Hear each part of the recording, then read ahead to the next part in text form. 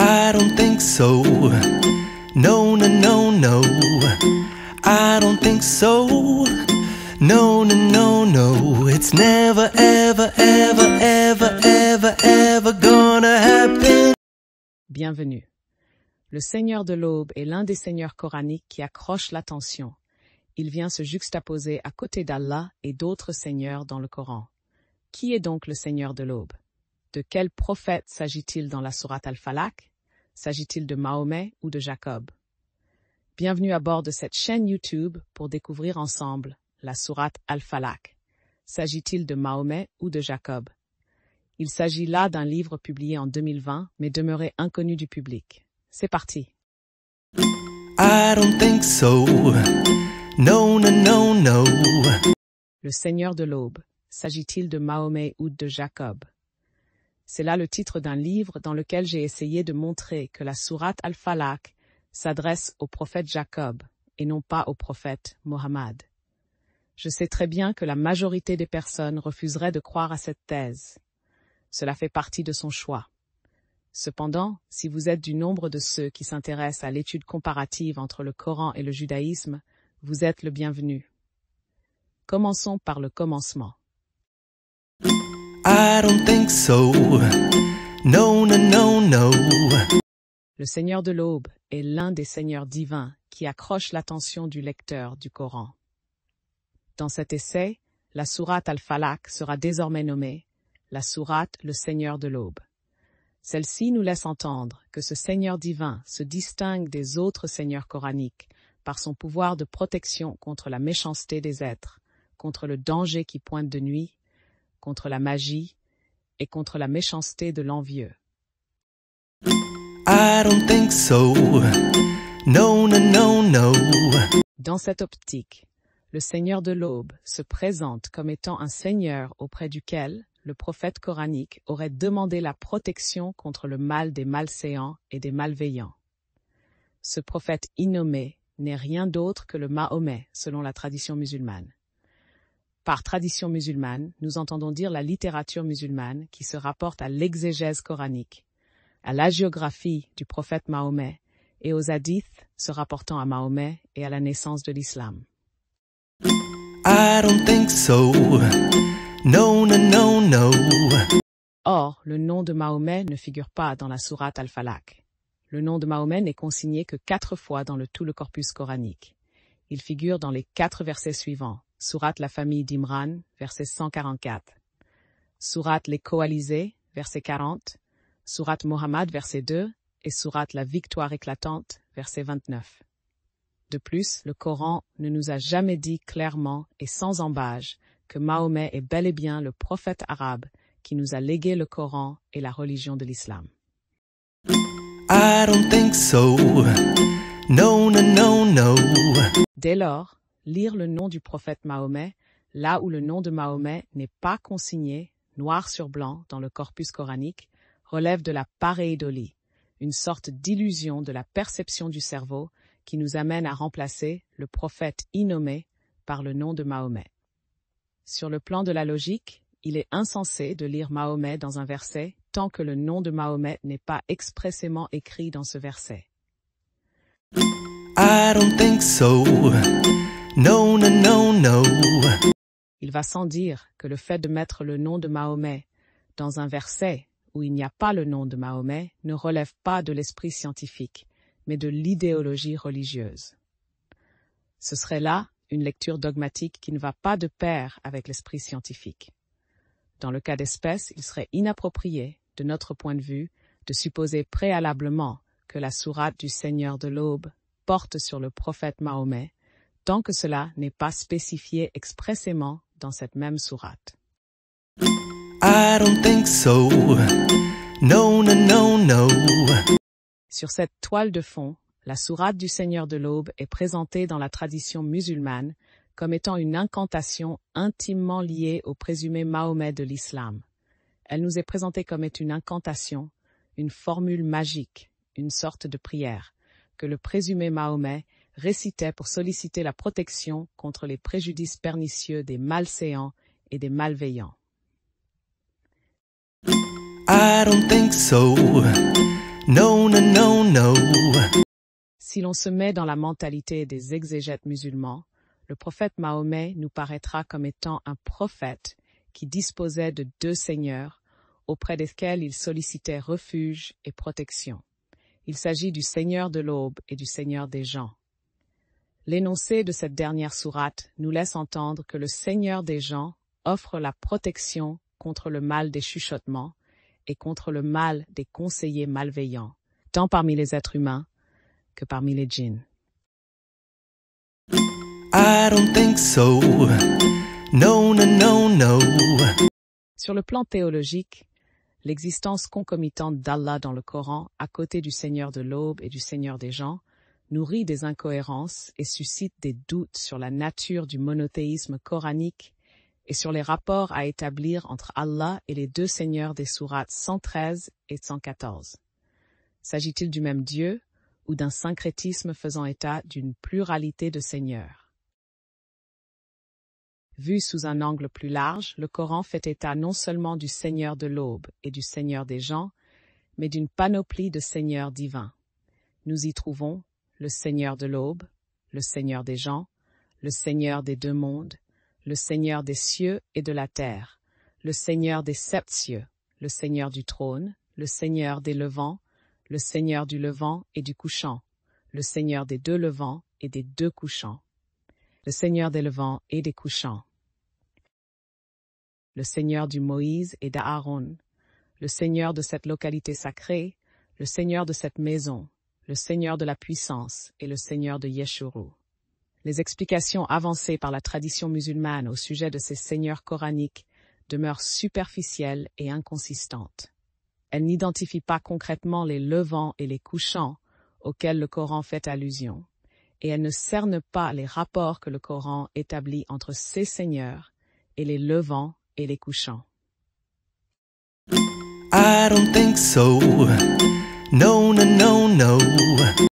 Dans cette perspective, les explications avancées par la tradition musulmane, en ce qui concerne le Seigneur des levants, se trouvent repoussées par Baha'u'llah. Il s'agit là du prophète fondateur de la foi Baha'i. Il est né en 1817 et mort en 1892.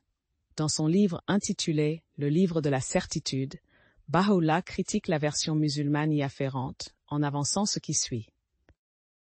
Les savants commentateurs du Coran n'ont pas compris la signification symbolique de ces soleils ou makarek. Ils ont cherché à expliquer le pluriel est ici employé parce que cela s'applique aux 4 saisons où le soleil se lève et se couche en un autre endroit.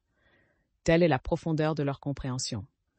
Ils persistent néanmoins à accuser d'erreur et de folie les perles du savoir, ces symboles purs et irréprochables de la sagesse.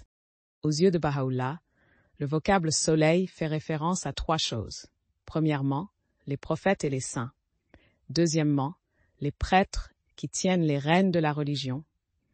Et troisièmement, les lois et les commandements dans chaque religion. Néanmoins, si l'on prend pour argent comptant l'interprétation allégorique de Baha'u'llah, il va sans dire que le serment d'Allah par le Seigneur des levants et des couchants ne corrobore pas la thèse du fondateur de la foi Baha'i. I don't think so. No, no, no, no. Théologiquement parlant, Dieu ne peut jurer ni par les prophètes, ni par les prêtres, ni par les lois et les commandements de la foi. De plus, le levant et le couchant, les 2 levants et les 2 couchants, et les levants et les couchants demeurent non identifiés correctement. Cela revient à dire que ni l'interprétation de Baha'u'llah, ni celle des exégètes et des savants commentateurs du Coran ne véhiculent le véritable message coranique à propos des seigneurs coraniques. En revanche, si l'on s'aligne sur la tradition biblique, il serait indigne et inapproprié de Dieu de prêter serment par une divinité autre que la sienne. Le Dieu d'Israël ne jure pas par d'autres dieux, mais par lui-même ou par l'éternité de sa vie. C'est dans cette optique que Dieu prête serment par son propre nom à Abraham, dans la Genèse 22, les versets 16 et 17. Dans Deutéronome 32, verset 40, Dieu jure par sa vie. Il y a là une différence de taille. I don't think so. No, no, no, no. I don't think so. No, no, demeurant, la pluralité des seigneurs divins va à contrepoil du discours monothéiste coranique. Cette ambiguïté ne pourra être dissipée dans le cadre de l'exégèse musulmane, mais à travers l'interprétation biblique du Coran.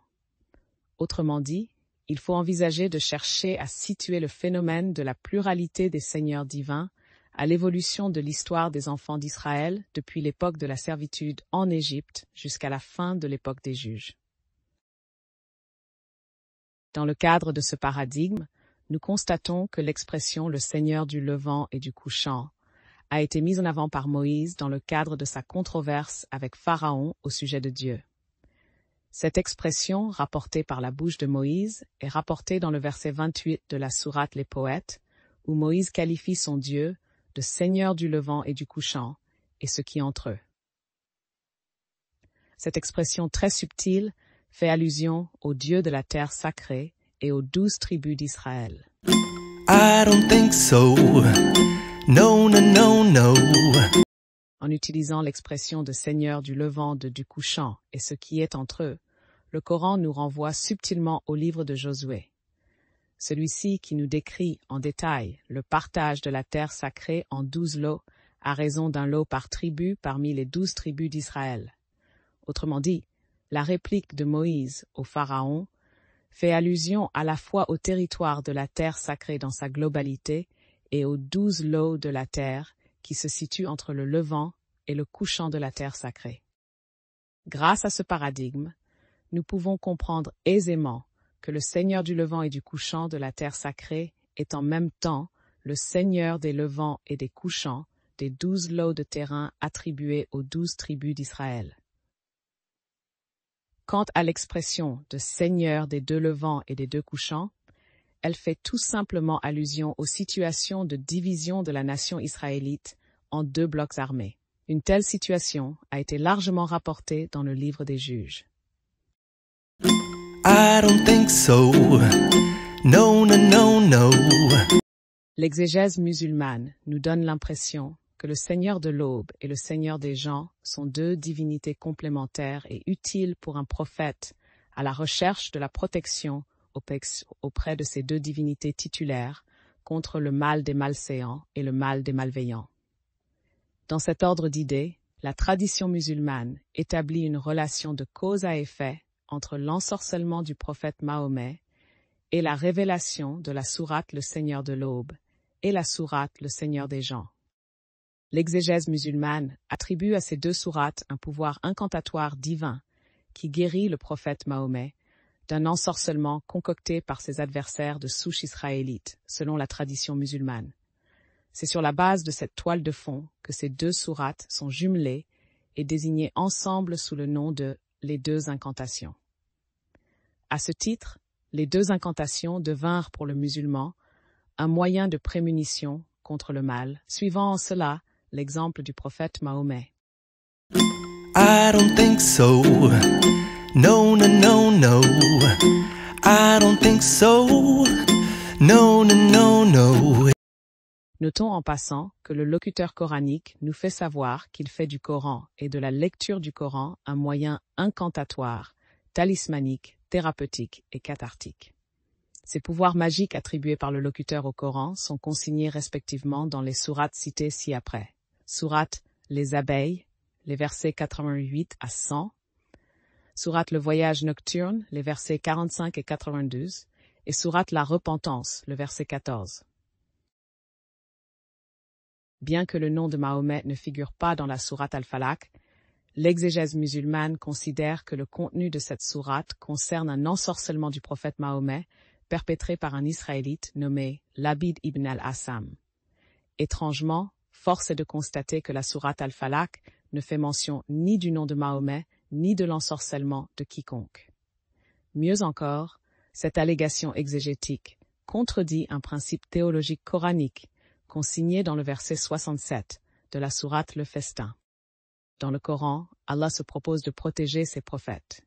Tel est le cas du verset 67 de la sourate Le Festin, dans lequel Allah assure l'un de ses prophètes innommés de sa protection divine contre ses adversaires. Dès lors, en alléguant que le prophète Mahomet a été ensorcelé par un Israélite, L'exégèse musulmane semble oublier les dires du Coran dans lesquels Allah s'engage de protéger ses prophètes et de placer sa parole divine au-dessus de la parole des mécréants. Pour trouver une porte de sortie à cet embarras exégétique qui date d'environ 14 siècles, notre contemporain Abderrahman al-Jaziri tente de nous faire admettre que le prophète Mahomet n'était pas victime d'illusions, mais simplement d'une certaine impuissance sexuelle. L'auteur tente aussi de nous faire croire que l'épouse du prophète nommée Aïcha ne s'est probablement pas exprimée avec exactitude pour rendre l'idée d'impuissance sexuelle du prophète. I don't think so. No, no, no, no. Ce faisant, Abderrahman al-Jaziri met en cause les variantes du hadith visant à justifier la raison de la révélation de la sourate de l'Aube. En réagissant de la sorte, il sape la raison de la révélation de la sourate al-Falaq, avancée par les premiers exégètes musulmans. Rappelons à cet effet que le hadith rapporté par la bouche d'Aïcha nous raconte que le prophète Mahomet était victime d'illusions. Le prophète croyait avoir abordé ces femmes, alors qu'il ne les avait pas abordées. En revanche, si Abderrahman al-Jaziri tente de corriger l'expression d'Aïcha, cela sous-entend qu'il devait également tenter de corriger l'expression du hadith, dans lequel le prophète lui-même ordonne à ses disciples d'accréditer les hadiths débités par la bouche de son épouse Aïcha. Dans la foulée, Abderrahman al-Jaziri devait tenter par ailleurs de corriger les dires de des compagnons du prophète Mahomet, rapportés dans Sahih al-Bukhari. I don't think so. No, no, no, no. En fin de compte, il va sans dire que la thèse d'Abderrahman al-Jaziri du XXe siècle démentit la thèse du IXe siècle prônée par Mohammed al-Bukhari dans son recueil des hadiths nommé Sahih al-Bukhari.